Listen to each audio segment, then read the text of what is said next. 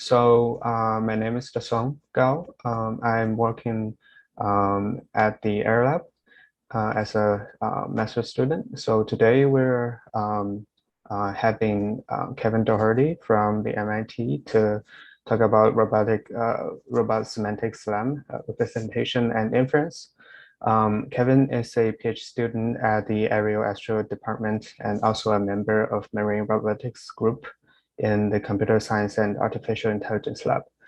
So Kevin's research is dedicated to bringing robustness and the physical constraints to robotic learning for navigation.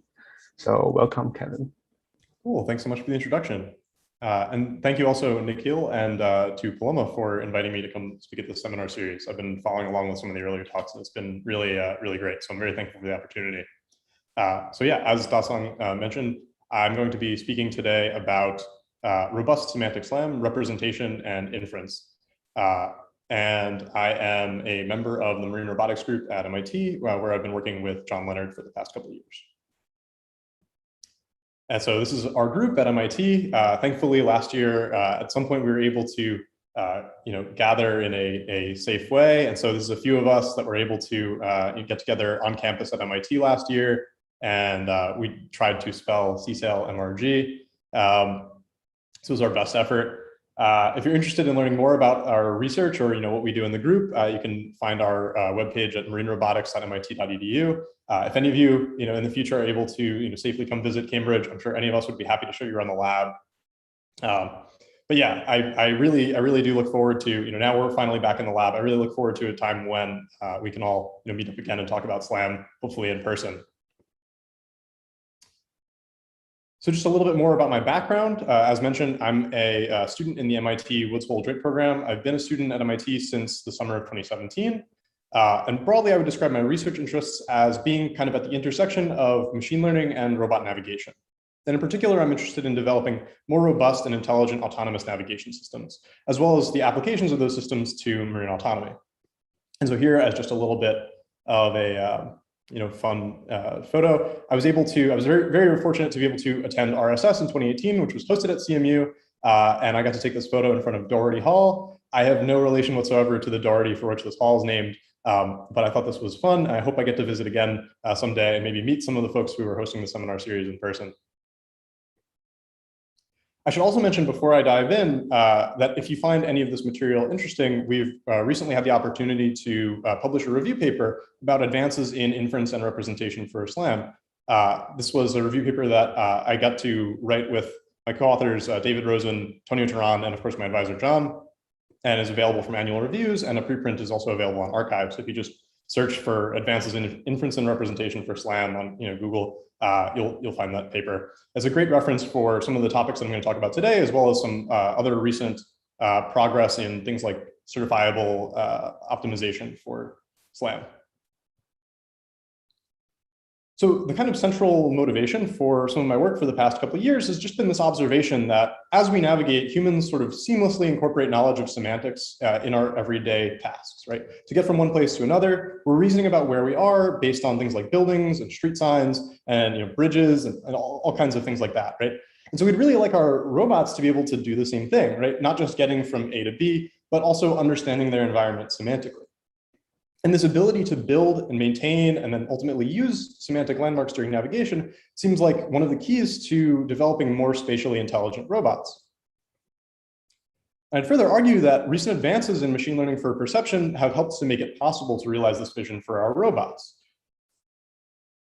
Unfortunately, despite immense recent progress in machine learning for robot perception, in areas like object detection, there are still many challenges associated with using these types of systems for robot navigation. And so real scenes that we encounter during the operational lifespan of a robot might differ substantially from the training data that our detector has, right? And more often than not, when we deploy our robots, we're encountering sort of open set conditions where we may encounter never before seen objects, right? And so object detectors are known to perform sometimes quite poorly in these regimes. And so if you've deployed any of these detectors before, and this is an example of YOLO on the right here, the results may have looked something like this, right? Where the detections are occasionally correct, but there are a lot of spurious detections. There are a lot of misclassifications. And so any navigation system that deals with this is going to have to somehow cope with these types of errors, right? And so even as object detectors improve, we shouldn't really expect perfection from these object detectors. I'd say even as humans, sometimes we fail to classify objects. And so we should not expect our algorithms that we deploy on a robot to expect perfection from our object detectors and things like that.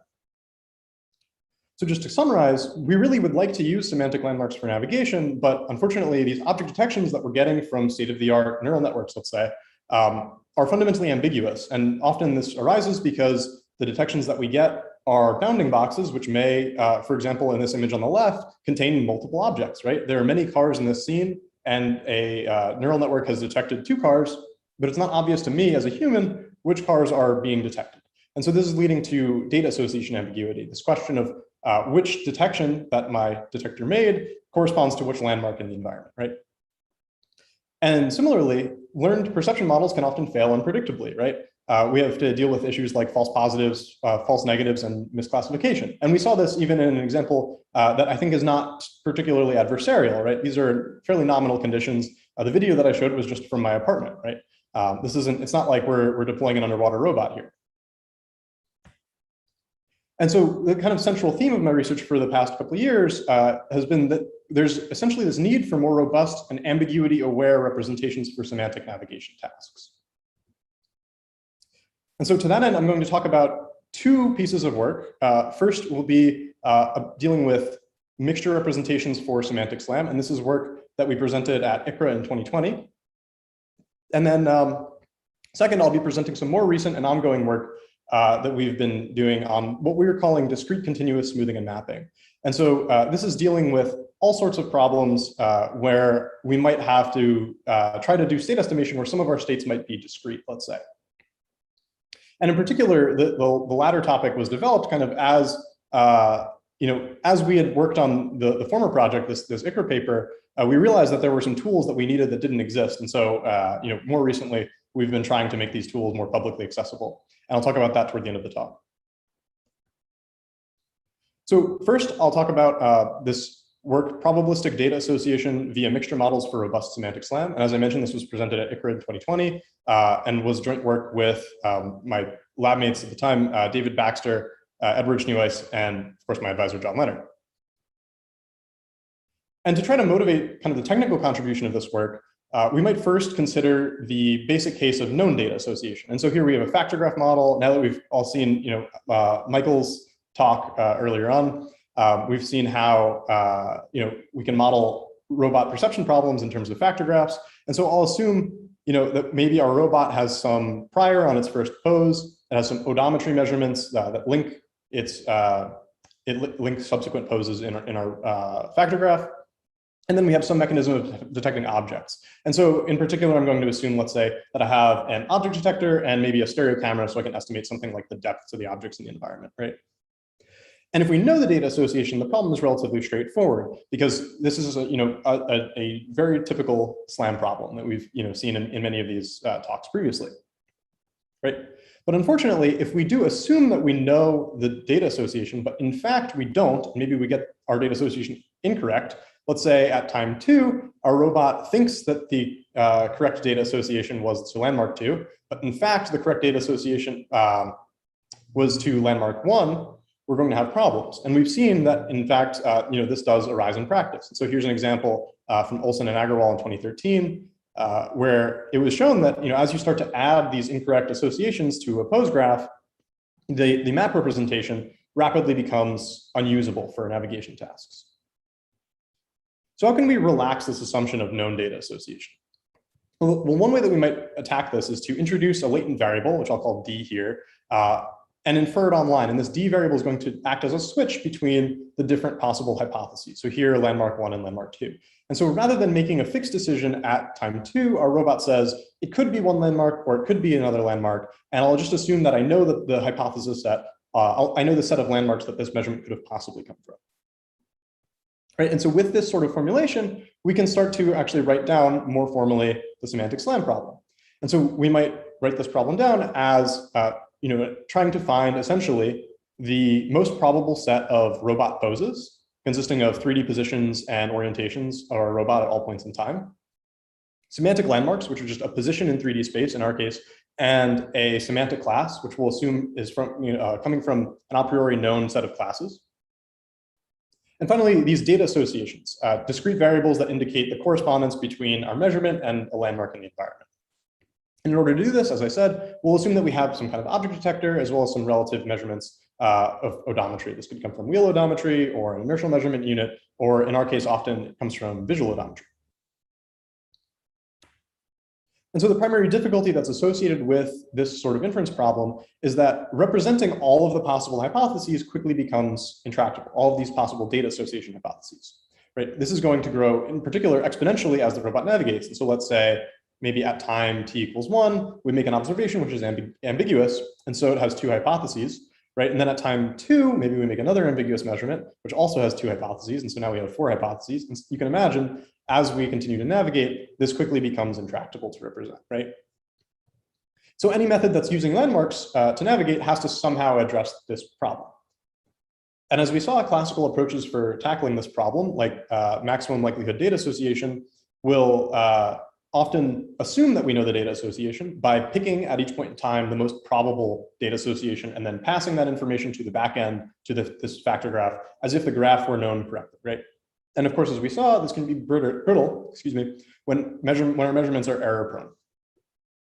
On the other hand, multi-hypothesis methods seek to try to represent as many of these possible discrete hypotheses as we can, right? As could be computationally tractable.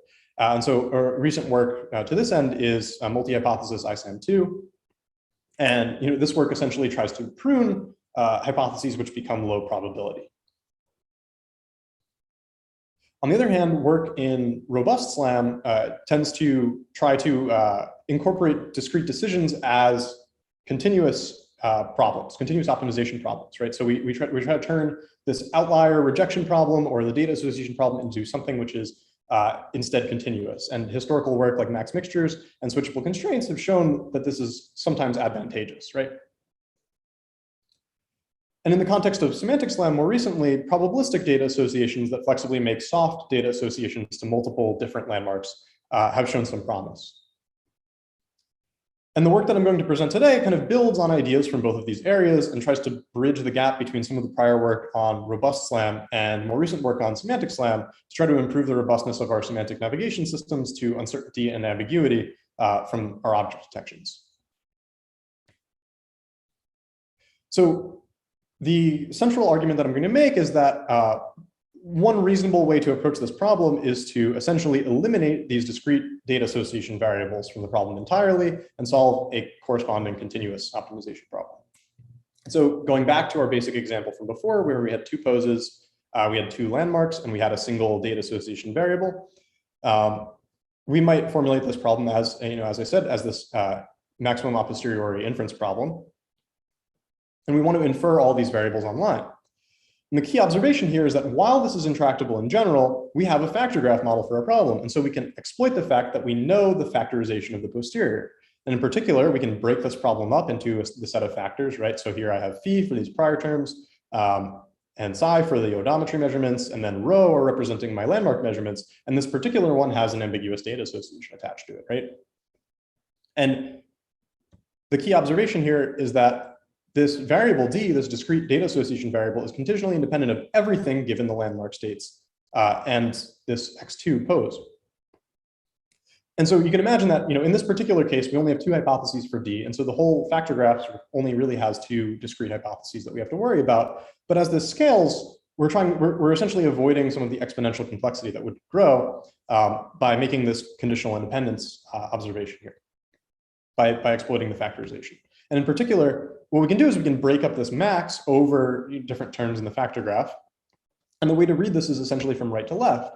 So this is just max product elimination. And what's going on here is that initially we're going to compute a max over the data association variable D2 with respect to this factor rho2, right? And then we'll take a max over L1 and L2 over all of the factors that involve L1 and L2. And then at the end, we're going to take a max over our poses X1 and X2, right? And so this is literally just an instance of max product elimination with a particular variable ordering, essentially. And our observation is that if we just give this max expression a new name. If we call it instead f2, we can observe that this is now a function of only x2, L1, and L2. In particular, we're maxing over D2, and so the variable D2 won't appear in this expression at all, right? It's implicitly considered. And so what this amounts to, what this f2 factor amounts to, is literally marginalizing out the D2 variable to produce what looks like a mixture. And in particular, this is going to look like a max mixture, as has been seen in the literature previously. And here, I'm just assuming that I have a uniform prior on this data association variable, so I have no prior information about it whatsoever, and so I get a uniformly, I get a uniform mixture. And so here now, what we've done is we've turned this max over something which is ostensibly a complicated, very large discrete set into an optimization problem which is defined only over continuous variables and also landmark classes, which happen to be a little bit easier to deal with, and I'll talk about that later. But the nice thing is that we've gotten rid of these sort of combinatorially complex data association variables. And this is our key observation, right? This is an optimization problem that's defined only over robot and landmark states. And in particular, it's exactly the same optimization problem as before, right? The global optimum, let's say, of this problem is exactly the same as the globally optimal solution to the original problem. But now we can attack this using essentially standard methods with, for continuous optimization, many of which we've seen in previous talks in this seminar series. And so how can we use these ideas to build a semantic SLAM approach? Well, our approach essentially proceeds as follows. Our robot gets a new measurement. This is going to consist of some object detections and a relative distance between the distance and bearing, excuse me, from the robot to the landmark that's been detected. This is estimated, in our case, often using a stereo camera or RGBD camera. And as soon as we get that measurement, we're going to decide, does this measurement correspond to a new landmark or an old landmark? And we use a Mahalanobis distance threshold to determine whether this landmark corresponds to something new or something old. And if it's a new landmark, we simply add that landmark to our map, initialized using the values of the measurement. So the location that was observed from our stereo camera and the class observed by our object detector. Now, on the other hand, if we determine that the measurement corresponds to one of the landmarks that's already in our map, there may be some ambiguity as to exactly which landmark in our map this measurement came from. And so rather than picking a single most likely association at this point, we maintain multiple hypotheses. And moreover, we can incorporate this idea that maybe our measurement just arose from nothing at all. Maybe this is purely a false positive by having some prior probability of a null hypothesis. And so given these hypotheses, we can implicitly represent the discrete decision that corresponds to picking which hypothesis is correct as effectively a mixture. And the way that we do this is, as I said, once we enumerate our hypotheses for a particular measurement, we then marginalize out that discrete variable at the time that we got the measurement. And what we're left with is a factor graph that's defined only in terms of continuous variables, right? And so you can see that what we end up with is this continuous optimization problem defined over what is a mixture, right? And this, as I mentioned before, this is akin to the max mixtures formulation that has been seen previously, with the primary distinction being that these measurements are actually incorporating also some semantic information. And as I said, the really nice thing about this representation is that it permits optimization using many off-the-shelf tools, which have been developed for years, like DCSAM. And this is super convenient as practitioners, but also it enables real-time inference. And so in order to evaluate this method, it's kind of an interesting challenge to try to evaluate semantic SLAM problems, because you can imagine that our object detectors might perform differently in different environments, right? Different object detectors will perform differently. And so how do we isolate all of the variables here, right? And in particular, we'd like to have some kind of baseline. We'd like to know what the best that we could possibly have done is. And so the idea that we had was essentially to use April tag fiducials to enable repeatable evaluation. And so here, the nice thing about April tags is that if we detect an April tag, we have ground truth data association, right? We can just read off the tag ID from an April tag detector. And this gives us effectively a best case scenario baseline. We can run SLAM using the known data association. And in order to actually mimic a semantic SLAM problem, what we can do is map, using some modular arithmetic, these April tag IDs to artificial semantic classes, right? And so in a two-class problem, what we might have is, say, on the left, we have an even tag ID. And so if we take our tag ID mod the number of classes for our problem, here 2, we get 0. And so this will be one semantic class. And then on the other hand, if we have an odd tag ID, we take that tag ID mod 2, and we get a different semantic class. And so we can just set up a whole bunch of April tags and effectively map them to arbitrarily, large or small numbers of object classes when we do SLAM. And even more, we can actually simulate the types of misclassification errors that arise from object detections, right? And so we have, let's say, 10% misclassification rate for our object detector. Then what we can do is we can artificially perturb some of the semantic measurements that come out of this modular arithmetic that we've done on these April tags. And so maybe 10% of the time we just flip the tag that the class that we determined from the tag ID, and then we can really now kind of see how we could start to evaluate the robustness of different data association approaches by kind of tuning up the noise, let's say. And so with this method, we're able to simulate kind of arbitrary semantic SLAM examples. So we can vary the noise characteristics, which is very convenient. And what we found was that on these sorts of artificial semantic SLAM tasks, we outperformed baselines like maximum likelihood data association. And so in this particular example here that I'm showing, what we did was we put up over 200 April tags around the corridors of MIT and collected 30 minutes of data around about a 1 kilometer trajectory using a little MIT race car robot equipped with a stereo camera. And here I'm showing 2-class semantic SLAM, but as I mentioned, we can map this problem onto arbitrary semantic SLAM problem settings. And here we're simulating also 10% misclassification rate and 10% additional odometry error. And what we find is that if we compare our solutions on the right to something like maximum likelihood, the maximum likelihood approach actually makes 2 hallways here. And in contrast, our approaches perform much closer to what we have when we know the data association. And the full video can actually be found at this YouTube URL on the bottom here. And so after this, we kind of thought, we really think it's kind of interesting that our approach improves robustness on these sort of simulated examples, but how does it actually perform when we work with a real object detector? Because as I mentioned, we're sort of faking object detections, and it wasn't a priori obvious that this would transfer to a case where we have real object detections, right? And we have real false positives and things like that. And so here, what I'm looking at is the Kitty odometry sequence, and we're running VISO2 stereo odometry and the MobileNet SSD object detector. And we're detecting cars as landmarks. And what we find is that very quickly, if you use an approach like maximum likelihood data association, the trajectory goes quite haywire. Whereas if you use a more robust method to incorporate these measurements into the backend, we see that we produce very reasonable trajectories. And you can definitely check out our paper for more detailed quantitative comparisons and things like that. So there are plenty of ways that we could think about extending this work. And in particular, we could do things like choose landmark classes that make, we could do things like use more granular descriptors to help disambiguate the objects of the same class in clutter. And in particular, we've kind of made the problem harder by choosing only landmark classes to disambiguate objects, right?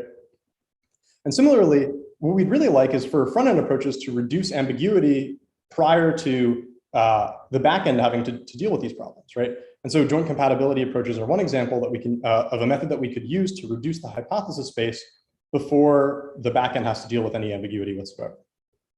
And this is generally preferred if it's possible.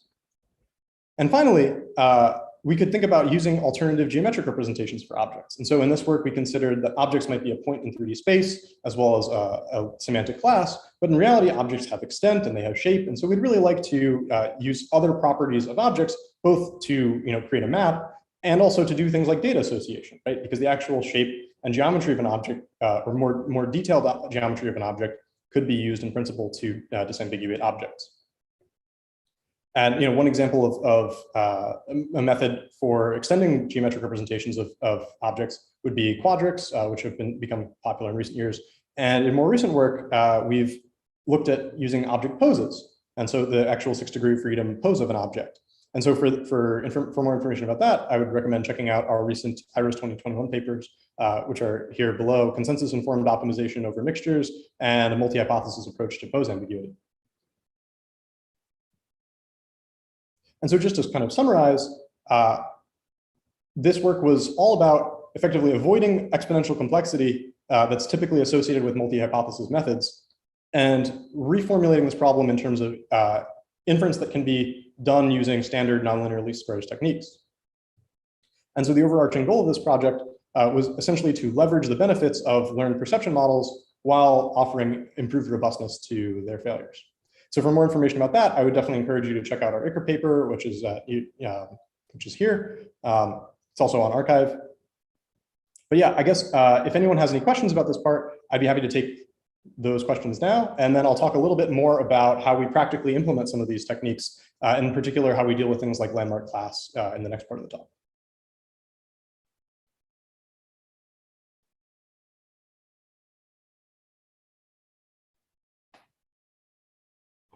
Any questions from the audience, maybe?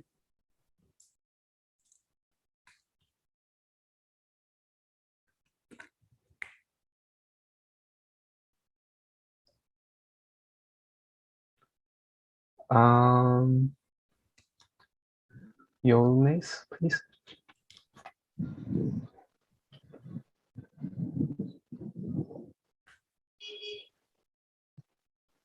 Yes, hello? Hello? Hi. Yes, we can hear you. Yes, well, thank you for the presentation. So my question is about you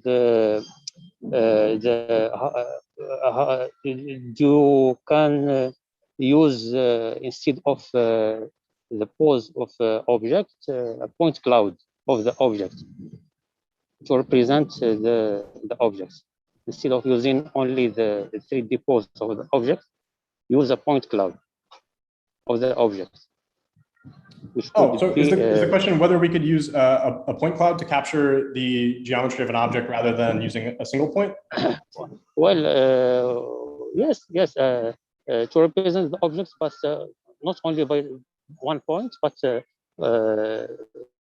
endpoints, and then use that for the mapping. Yeah, so you can definitely imagine that, if we were using, something like ICP to align several different point clouds of an object, and each of those point clouds was associated with like a class measurement. Let's say all of the points in that point cloud fell into an object bounding box. Then, of course, you could imagine using a technique like this to capture like a full point cloud for an object and incorporating some pose information of that object as well as the semantic class. So overall, the techniques that I've presented are in general here. It's just more about incorporating data association ambiguity as mixtures.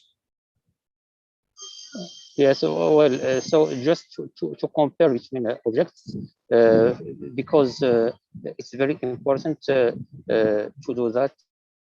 But I think when you do that, you will go to the topological pairing between objects. So I think it will be a new paper, for example, how to compare between objects using not only one point, but point cloud or descriptors or objects, but keeping in mind that we want to do metrical, not topological mapping. So, okay. Sorry, I think you were breaking up a little bit for a second there. I think I might have missed the end of your question. Well, that's my question. Thank you very much. Thank you. Thank you. Thanks for the question.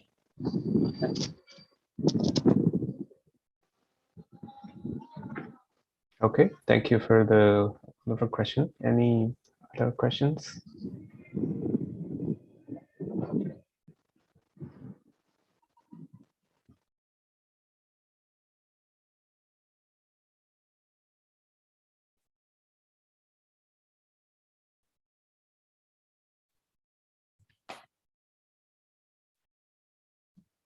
Okay, so a question in the chat from Zentio. So the approach you presented outlines a mechanism where ambiguity data association is considered a binary variable, or there are any mechanism to deal with continuous variable ambiguity representations, such as a probabilistic label for objects, such as a probabilistic label for object labels, for example. Yeah, so the consideration is that the discrete variable is constrained to be binary, but Cynthia sees that the same analysis can be carried out for 3-state ambiguity or more. So Cynthia is curious if you see any challenges dealing with more than the binary ambiguity. Yeah, so actually the binary ambiguity that I described in this talk is more a matter of just convenience for explaining the method. In fact, you can marginalize out discrete variables with much larger values that they could take on. For example, you could have a data association variable that deals with 3 different hypotheses or 4 or 5. And in practice, what we observed in some of our examples is that when we turned up the noise, we saw occasionally up to like 7 hypotheses per measurement, which is quite large. And the overall state space, if you were to try to enumerate all those hypotheses, becomes absolutely tremendous, right? And so the method that I presented is not at all limited to purely binary decisions between one landmark or another. But in fact, directly generalizes to many hypotheses. And the fact that I happen to pick only 2 hypotheses in this particular talk is just a matter of convenience for explaining the method. Okay, thank you for the answer. Cool, thanks. Yeah, I guess if there are any other questions, maybe I'll start the next part, and then if there are any other questions about this, I'm happy to take them at the end as well. Yes, please. So maybe we can move on from here. Cool, thanks, Tassan. Yeah.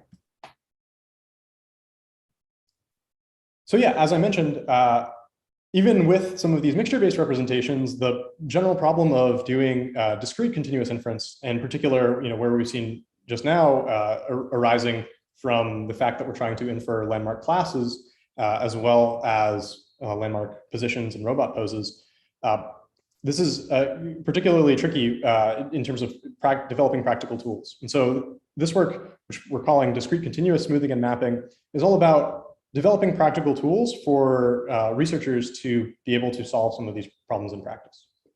So this is joint work with Ziqi Liu, Karan Singh, and John. And this is also ongoing work, I should mention. And so this is sort of hot off the presses. So this came from the observation, effectively, that these discrete continuous optimization problems, many of which we've just seen, are prevalent in robotics, right? So lots of robot perception problems can essentially take the form of maximum a posteriori inference over a set of variables, which can be divided into a set of continuous variables and a set of discrete variables. And so just as examples, right, we've already seen how semantic SLAM can be formulated in this way, where let's say our discrete variables are landmark classes, and our continuous variables are robot poses and landmark locations. And similarly, previous work in the area of robust SLAM dealing with outlier rejection, like switchable constraints, actually does introduce the binary decision of whether or not to keep a particular measurement, whether a measurement is an outlier or inlier, as an additional latent variable into the factor graph, and then keeps it there, right? And whereas we marginalize out the variable in our approach. And so you can imagine that this is an alternative way of formulating this problem, which is fairly reasonable as well. But now we have discrete variables in our factor graph. And so we need discrete continuous optimization to try to solve these problems. And finally, in more recent work, we've even seen how we can use multi-hypothesis methods to do things like contact estimation for a legged robot, right? And so in this recent work on incremental multi-hypothesis smoothing, the authors actually estimated the contact of a set of this robot's legs with the ground as it was navigating. And so the interesting thing, to me at least, as a practitioner and as someone who studies these types of things, is that despite this fact that there are at least 3 seemingly quite important problems that deal with discrete continuous optimization in robot perception, many off-the-shelf tools that we use don't directly enable solving these sorts of hybrid or discrete continuous problems, right? And what this means is that as a practitioner, often you have a few options, right? So the first thing you might think is, well, if I have a specific problem, maybe I read a paper and there's an existing solution, and so there's some open source code, and I can just grab that, and I can use exactly that method for dealing with exactly my problem, right? But often in research, we're not in a situation where we can just directly pull off existing solutions. And so we need to be creative.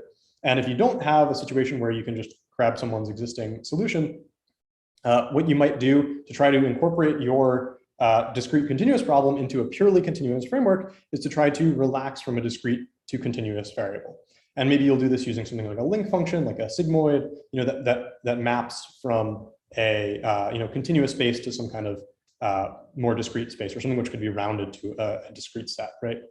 And I'm assuming here also that maybe for many problems, the sort of marginalization approach that we took earlier in this talk might not apply, or it may not be desirable because you may actually want to directly infer the discrete states in your map, like for example with landmark classes. And finally, the option that many of us take, and I certainly took this, is to implement an ad hoc solver for your task, right? So, maybe you have some continuous part of your problem that could be implemented using an off-the-shelf tool like DCSAM or Series or G2O. And then you somehow bake in discrete information, whether it be landmark classes or outlier, inlier decisions, things like that, using some method external to that, and then try to smash those methods together. And so, what you end up doing often is you add to the body of existing solutions to very specific problems. And so this is very convenient if someone comes along later and has exactly the same specific problem that you have. But if not, then the next person who comes along and has a slightly novel instance of a discrete continuous optimization problem, now they're stuck, right? And so there's this roadblock. And in particular, I'd argue that the lack of unified tools for discrete continuous optimization problems presents an additional barrier to folks like me, and I think many of the people who attend these talks who are trying to study these types of problems. And they're very compelling and very interesting and challenging problems, and clearly pervade robot perception research. And so with this work, which we called, as I mentioned, discrete continuous smoothing and mapping, or DCSAM, as a bit of a nod to GTSAM, our goals were effectively to just have a single interface for discrete continuous factors. And in particular, if I have a factor graph that has discrete variables and continuous factors, discrete variables and continuous variables, I'd like to just be able to write down the definition of that factor, right? I'd like to be able to write down, let's say, the negative log likelihood that corresponds to that model. And rarely can you do this with standard tooling that exists right now. I'd also like to have a solver that has sensible default behavior. And so I don't want it to make too many assumptions about the specifics of my problem. I want it to allow flexible modeling so that as a practitioner, I can kind of have free reign over how my problem ends up making its way through the solver. And ultimately, I'd like to be able to build this factor graph that contains discrete and continuous variables and then essentially hit solve, right? And moreover, when we developed these tools, what we were thinking about, what we had in mind was extensibility. And so if you do, as a practitioner, have some problem-specific structure at either the factor or solver level that you'd like to exploit, you should be able to write a custom solver that can take in a discrete continuous information in through a standard interface, and then solve that optimization problem. So our approach, because of this, was to essentially build off of GTSAM's existing features. And we built a new factor type, which is just called a DCFactor. And as it's a discrete continuous factor in the most literal sense, it just encodes the negative log likelihood for a discrete continuous factor, right? And for our solver, we decided to approach this using local optimization via alternating minimization. And so the nice thing about this type of approach is that it captures many existing solution methods, like the ones that I've already talked about previously, so like max mixtures and semantic SLAM methods, where you might want to alternate between, let's say, optimizing robot poses and landmark locations, and then the landmark classes. So this is a kind of one typical example of a way that you might use these types of tools. And moreover, if we do alternating minimization, then we can split the problem into effectively discrete variables and continuous variables. And the continuous variables can be solved using standard techniques like ISAM2. And finally, we wanted to allow anyone to be able to write custom solvers that use other domain-specific methods, like, let's say, heuristic search, or enumerating a multi-hypothesis tree, things like that. Without having to use, you're not essentially forced to use our, alternating minimization-based solver. You can use the DCFactor interface with any solver you'd like to write. So in particular, the optimization method that we developed, as I mentioned, kind of alternates between these discrete and continuous optimization problems. And so one way to visualize what's going on here is that in the first step, we provide an initial guess. This is very similar to standard tooling that you might use for continuous optimization problems. You'll provide an initial guess for the set of continuous variables that you have. And given that initial guess, the first thing that we're going to do is solve for the discrete variables conditioned on those continuous variables. And so here, the way that this is visualized is that our continuous variables can take on any value in the XY plane, and then this Z-axis just corresponds to a binary assignment to a discrete variable. So this could be either sort of 0 or 1, you might think of this as. And then here, the color is essentially encoding the negative log likelihood. And so Here, darker blue means smaller negative log likelihood than lighter blue, and we'd like to minimize the negative log likelihood typically when we're doing these optimization problems. Right, and so in the first step, when we select our discrete variable, we have our initial guess, Ci, which gives us this value given by the red dots here. And what we find is that since we have a darker blue color and for this particular assignment of the discrete variables, we're going to select this assignment. And then once we select that, we proceed by optimizing exclusively the continuous variables in the next stage. And this can be done using a variety of methods, Gauss-Newton, Levenberg-Marquardt, or any flavor of ISAM that you'd like. Right. And so here now we take a step condition on this set of discrete variables. And then now that we've done this, we kind of rinse and repeat. And so we pass this information now back to our discrete solver and proceed until we get some kind of convergence, ideally, right? And so very recently, as I mentioned, this is ongoing work. And so kind of hot off the presses, we put together just a quick demo where we had a little robot equipped with a stereo camera. And what it's doing is it's navigating around a little table. And we just have two landmarks, and both of the landmarks are playing cards. And so what this little robot is doing is it's going to orbit several times. It's not doing perfect orbits. It's going to be a little bit wobbly, but it's going to try its best. And we have a object detector that's able to detect these playing cards and classify them, and also estimate their 6-degree of freedom pose. And we're using the deep object pose estimation framework, DOPE, that was presented at Coral in 2018 in order to do this. And so, given this, we're able to classify these two different cards. It's just a two-class classification problem, either Queen of Hearts or Eight of Clubs, as our robot kind of navigates around in this little circle. The way that we encode this as a factor graph is as follows, right? We have our robot poses X, and we have some local odometry measurement coming from stereo odometry that encodes how far our robot has moved from one time step to another. And then we have these landmark measurements, which are, like I said, coming from the deep object pose estimation module. And they're encoding the relative pose between the camera and the playing card, as well as some semantic class, which, as I mentioned, could be encoded as one of either the Eight of Clubs or this Queen of Hearts.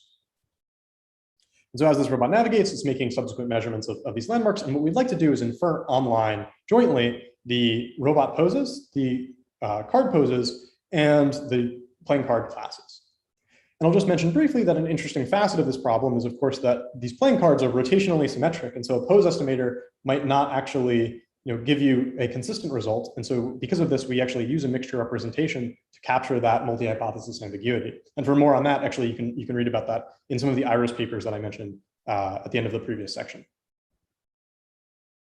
And so here's just a little bit of a demo where, from our robot's perspective of what's going on. As our robot navigates, it makes these object pose measurements and classifications. And here in orange, we have classes. Is the Queen of Hearts class, and in blue is the Eight of Clubs class. And so you can see that we're getting actually quite a few misdetections, right? And what's happening online is that the DCSAM module is jointly inferring these landmark classes and landmark poses, as well as the robot poses, by synthesizing this information. And so we're taking in multiple detections, which may not quite agree with one another, and finding the most probable assignment to these landmark classes. And this can be done quite seamlessly, simply by writing down the specification for the factor graph in much the same way that you might do using something like GTSAM previously, or Series or G2O, tools like that.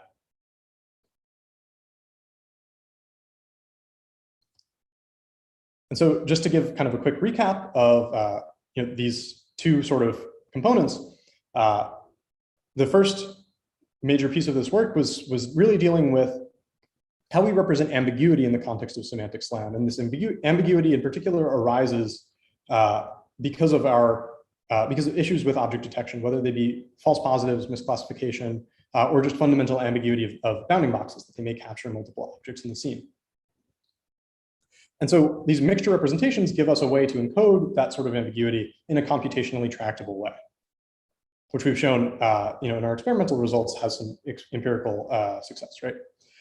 And kind of the second part of this is really more about practical tooling, and in particular, the previous lack of common tooling for discrete continuous optimization problems that arise in robot perception. And so what we've done there is to develop a common set of interfaces and a new solver that's based on alternating minimization. And we were building this using GTSAM. And in the example that I showed, we're using ISAM2 actually for the continuous solve. And this is now made available publicly at the URL on the bottom of the screen here.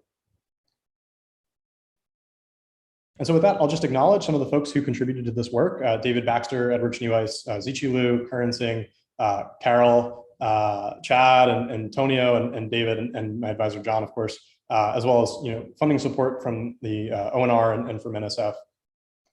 And they've all contributed so many things to these projects. And I think we're all very stoked about doing semantic SLAM research, and hopefully you all will be able to benefit from some of the methods that we've developed, some of the work that we've done.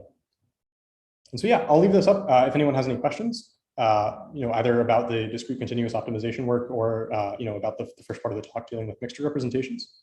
But yeah, thank you all for your attention. And thank you again, Dasang and Nikhil and Paloma for welcoming me into this seminar series. Hey, thank you, Kevin. Very great talk and very and interesting problem and approach. So we do have one, well, before that, maybe still questions from the audience?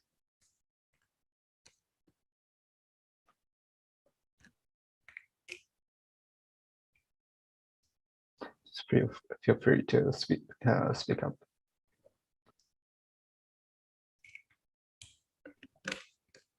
Yes, still Jonas. Yes. Do you hear me, please? Yes, we can hear you. Do you hear me? Yes. Yes. Please, about the objects when they are dynamic, where they are moving. Do you expect to add this algorithm after when objects are dynamics? Oh, how do the algorithms deal with dynamic objects? Is that the question? Yes. Because for now, the objects are still objects are fixed. When they are dynamics. Great question. So actually, we assume that the objects are static in this framework, and in particular, we assume that either all objects in the world are static, or at least that you can separate out a priori the objects which you're interested in tracking as static objects from those which are dynamic. And of course, object dynamics can occur on multiple timescales, and this can be a particularly tricky issue for semantic SLAM systems. And so in practice, we assume that they're static, but there's plenty of work to be done in terms of extending these approaches to dynamic scenes. Yes, I think it will be implemented like a model of motion model of the object, exactly. And then to update it using particle feature. I think there are a lot of dynamic motion objects. There is an approach about that. Yeah, so I mean that's a it seems like a very reasonable method for dealing with dynamic objects in these types of frameworks. One particularly challenging issue that kind of arises in that context is that for data association now, if we only have landmark class, and we could effectively this landmark could be in a variety of different places, that makes determining whether a particular landmark is the same landmark that we've seen before very challenging, especially if you have objects that are in terms of appearance the same. Yes, and this will add some complexity computation, because when to compare between objects using descriptors, appearance descriptors, for example, ORB or that, or words, visual words, so it's very expensive in time of computation. Yeah, I could definitely see that being a challenge. Yeah. Thank you. Thank you. Yep. Thank you for the great question. And any other questions from the audience?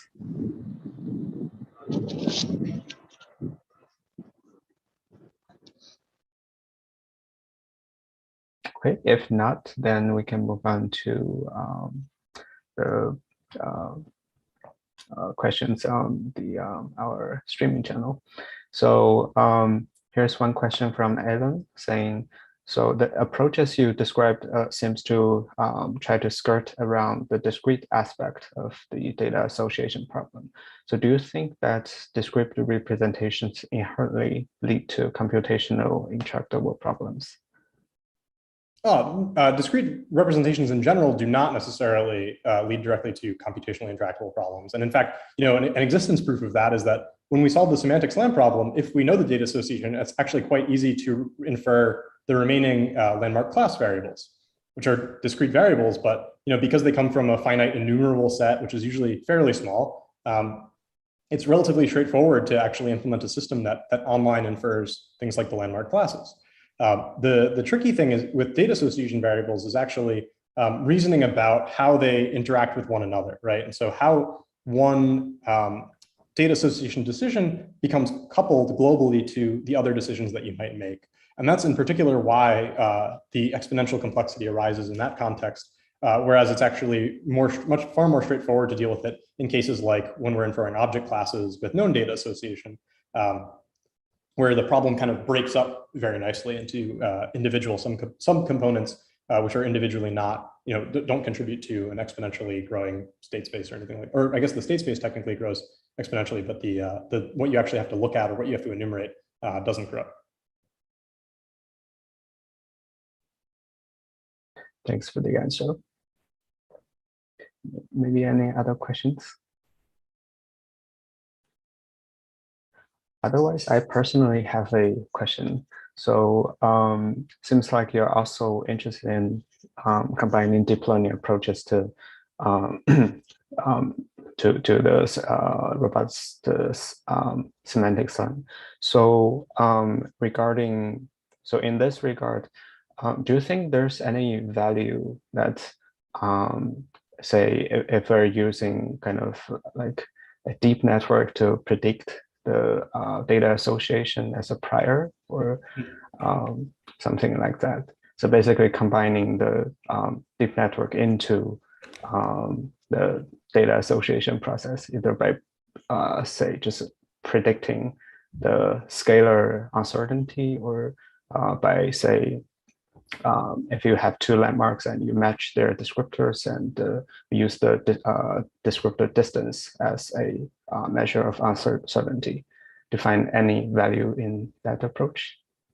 Yeah, absolutely. And I think, in particular, I think I mentioned maybe at the end of the previous section here, just that actually a very reasonable approach would be to use something like a neural network to incorporate appearance-based information as prior information on these data associations.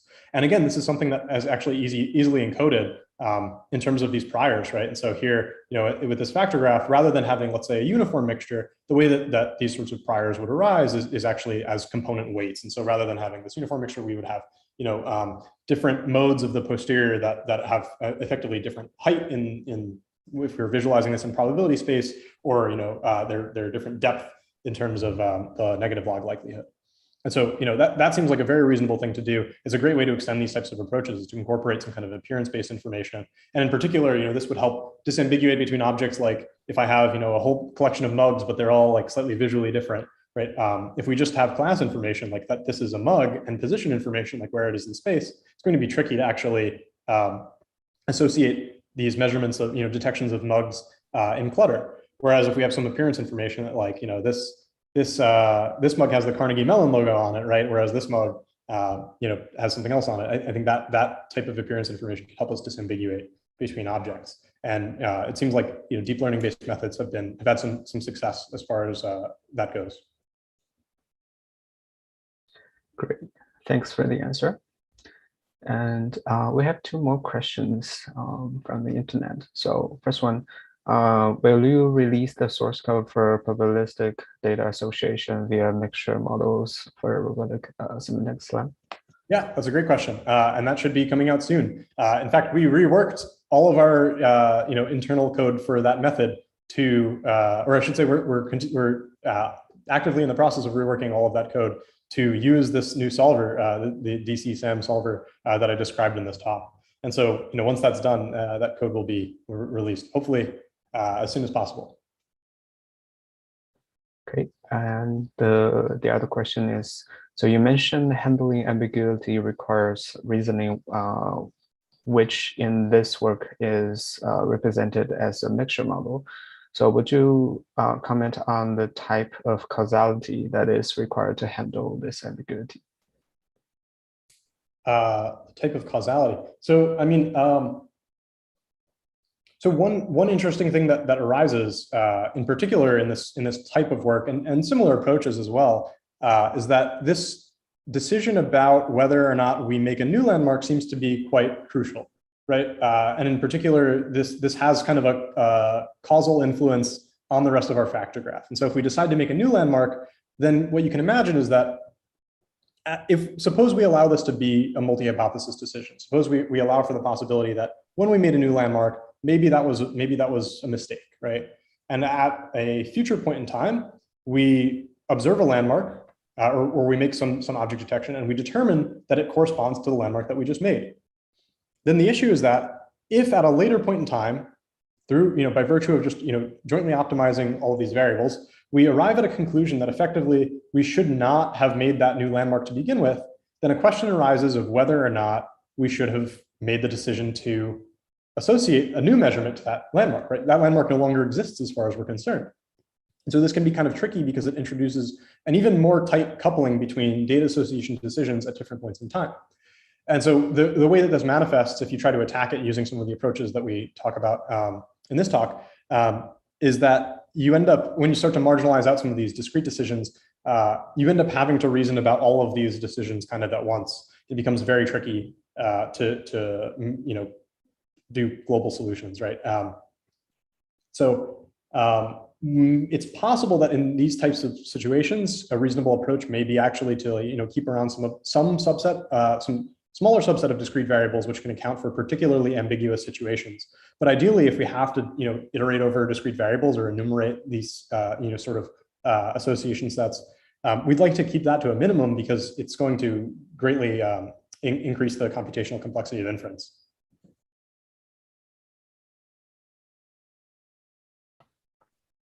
Okay, thanks. And yeah, I think that's all the questions we have now. So if there are not further questions, then I'll call it a day. Okay, again, thanks, Kevin, for joining our Tartan SLAM series. And we'll see you in the next series episode. Thanks. Thank you. Thanks, everyone.